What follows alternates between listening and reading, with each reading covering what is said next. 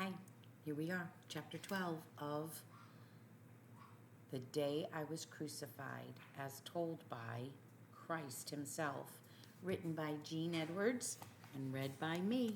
Here we go.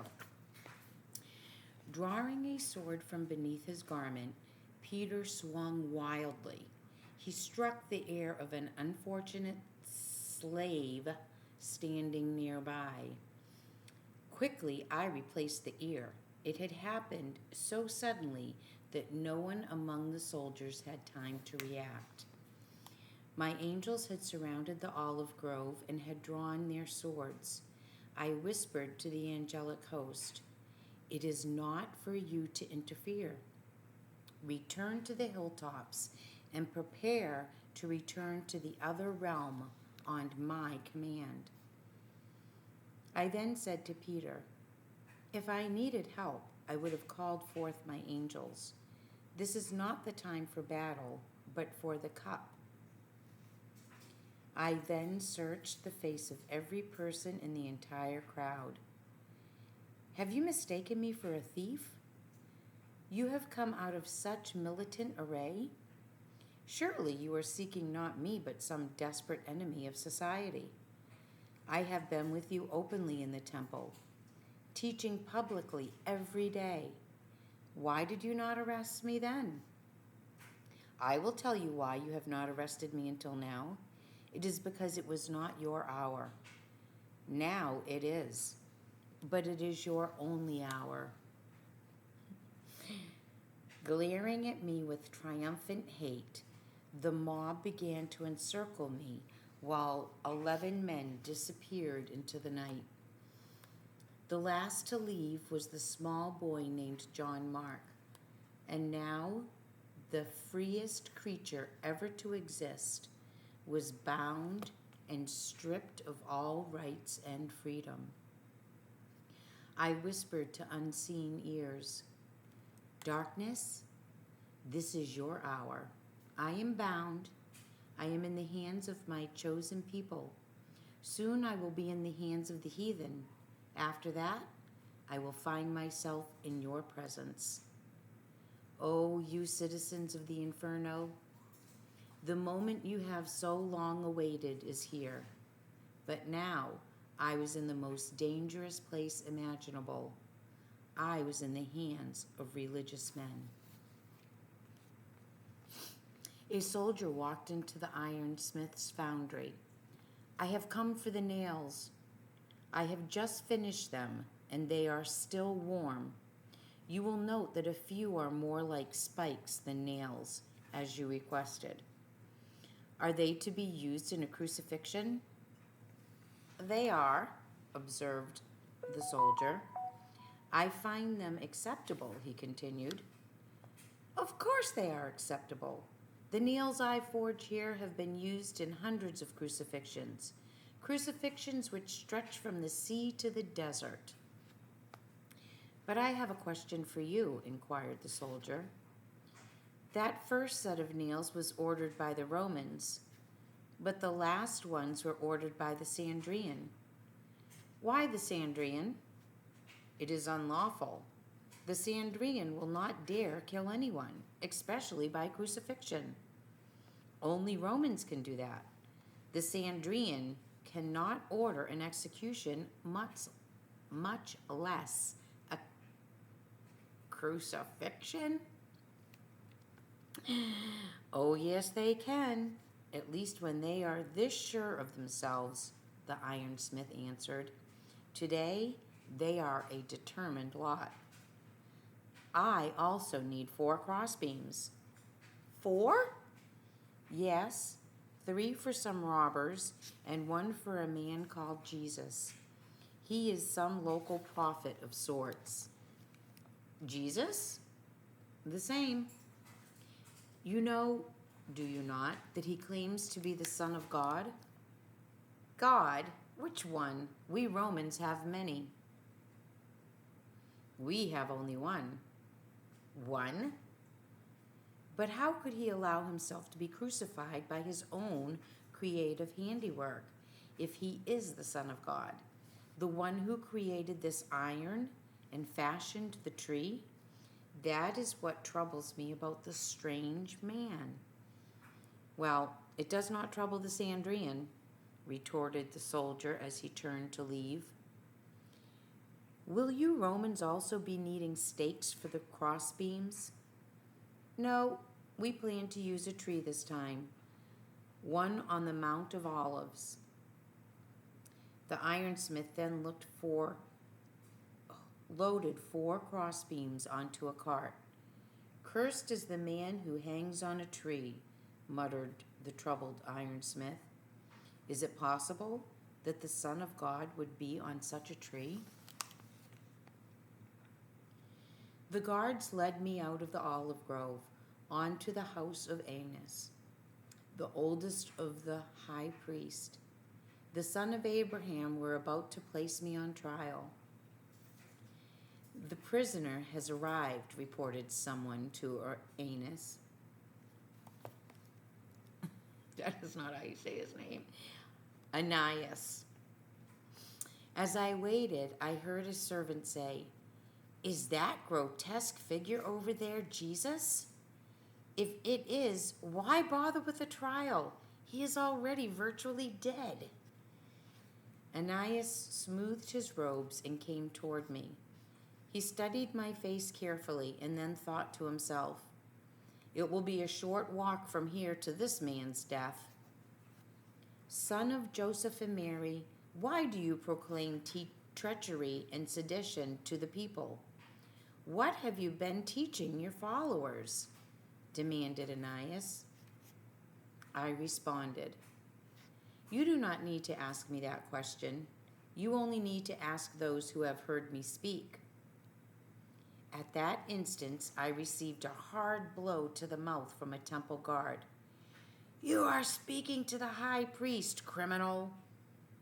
What the guard did not know was that he had just struck the true high priest. The words of Caiaphas in an earlier comment rang in Ananias' ear. "This man's followers grow by the day. There will be a day when he will try to set up his kingdom in Israel. When that happens, Rome will remove our status as a peaceful nation. Rome will dissolve the Sandrian, seize our many holdings, and the Roman sword will slaughter thousands of people. It is far better for one to die for all."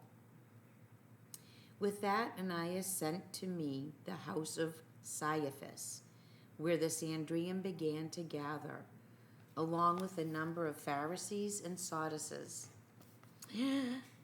"Come to the center of the courtyard, you whom all Israel fears," called one of the priests. "He is not much to look at, is he?" Did people actually listen to this man? Have the Romans beaten him already? They were not supposed to, not until we were through with him. "No, they have not, nor have the Jews," replied one of the temple guards. "Then what happened to this poor soul?" "I do not know. I have seen this man before, but tonight I would not have recognized him." Caiaphas asked a similar question. "Are you sure this is Jesus?" Being assured that it was Jesus, he whispered to one of the guards, "Have them bring the witnesses." For a long while, Caiaphas questioned me. I saw in his eyes that he was troubled concerning the success or failure of this night's attempt to kill me. I said nothing. The witnesses were brought in. After much contradicting testimony, Ananias slipped over to Caiaphas and whispered, "We will never convince Pilate that this man ought to be put to death with what little we have here. What can I do with witnesses who cannot keep their stories straight?" "There is one thing you can do," whispered a priest in his ear. "Tell me," responded Caiaphas. "Adjure him." "But what if he lies?" retorted Caiaphas. "This man does not lie." The word struck Caiaphas like an arrow.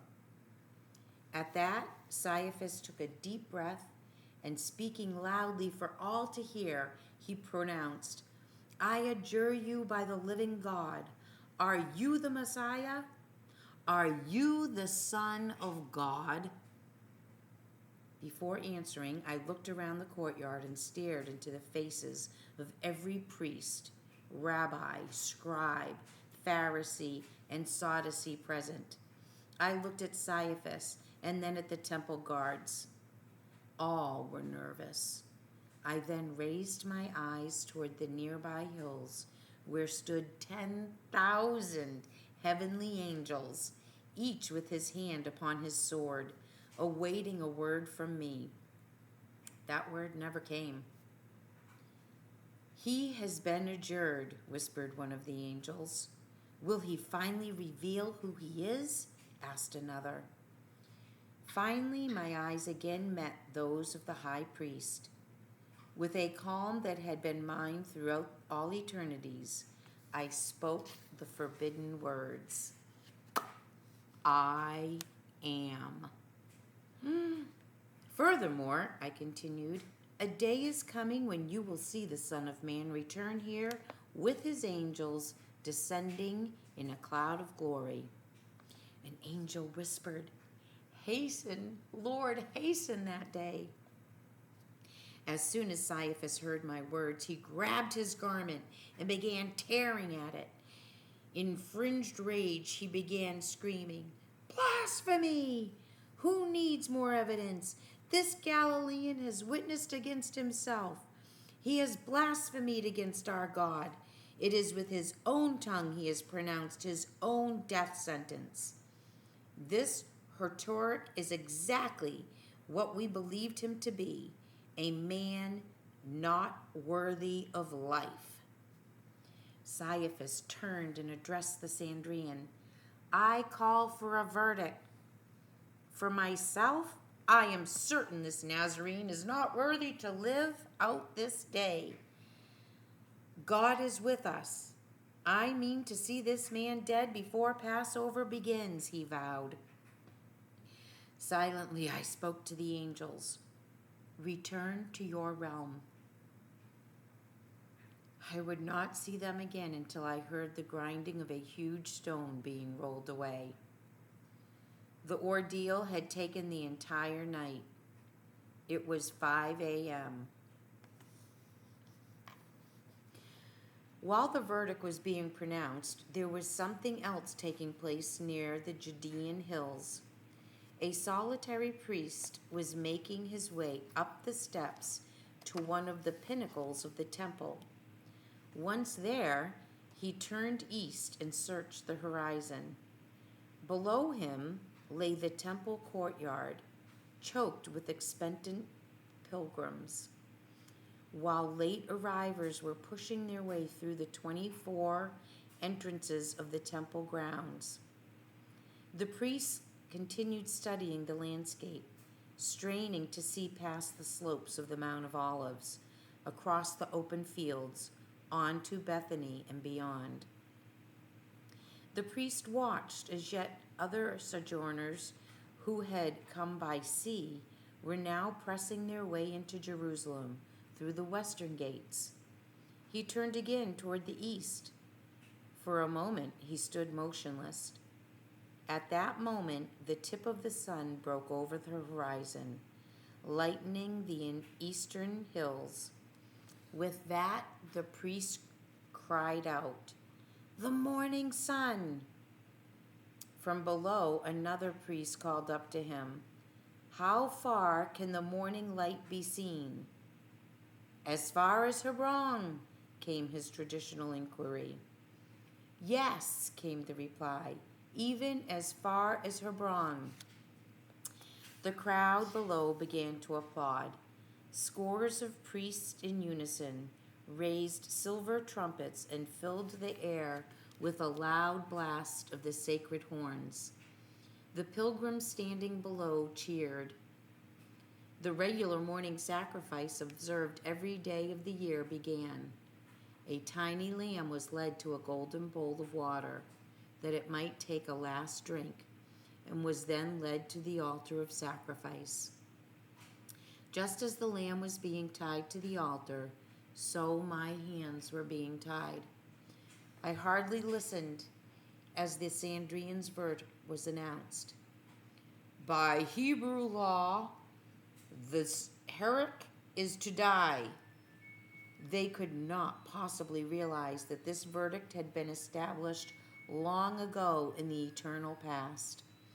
With the rising of the sun and completion of the morning sacrifice, the Passover festival began. It would end at 6 p.m. In 12 hours, the Passover lamb would be slain. Both men and principalities knew I must be dead before that hour. I had 9 hours to live. These would be the most awful hours ever lived by man. It was now 6 a.m.